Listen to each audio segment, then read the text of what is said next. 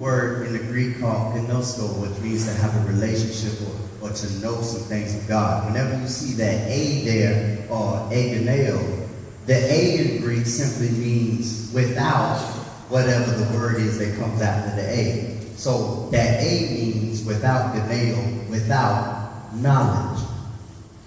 To show you that our English language comes from a whole lot of Greek, the word theist means things or someone focused on God, someone that knows or has God, theist. But a atheist is to be what? Without God. Don't believe in God. So that's why you have the A in the word atheist. They are without God. Okay, these are people who knew there was a God, but did not know enough about him to render acceptable worship. Some people have a knowledge toward God, but they can't render acceptable worship. If you read Romans chapter 10, guess what?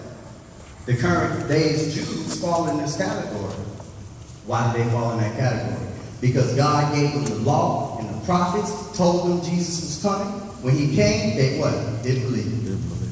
So now, while they are still in worship to the same God, they are not worshiping under God's true law. So God is not accepting any of that worship, because Christ became a stumbling block, and a stumbling block is anything that impedes your relationship with God. They could go no further in their relationship with God until they accept Jesus. And everybody that chooses not to accept him and what he stood for and what he taught can no longer or at all have a relationship with God. This is why going back to the Old Testament and trying to prove what you should do today under the Old Testament is an invalid thing to do. You can learn the nature of God, and I hope I have time to show you something that's back there and how we use the Old Testament.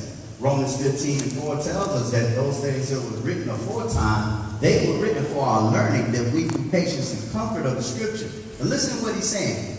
We, through patience and comfort of the Scripture, might have hope. It's a further looking. This is written by a man that lived in a time before the New Testament was written. Even though it's in the New Testament, he's writing about, hey, we should have been paying attention to what the prophets said, because if we listen to what the prophets said, they point us to who Christ is. And that gave us patience, comfort, and hope. And we can look back at that and also learn the ways of God, because God doesn't change his nature. Watch this, listen.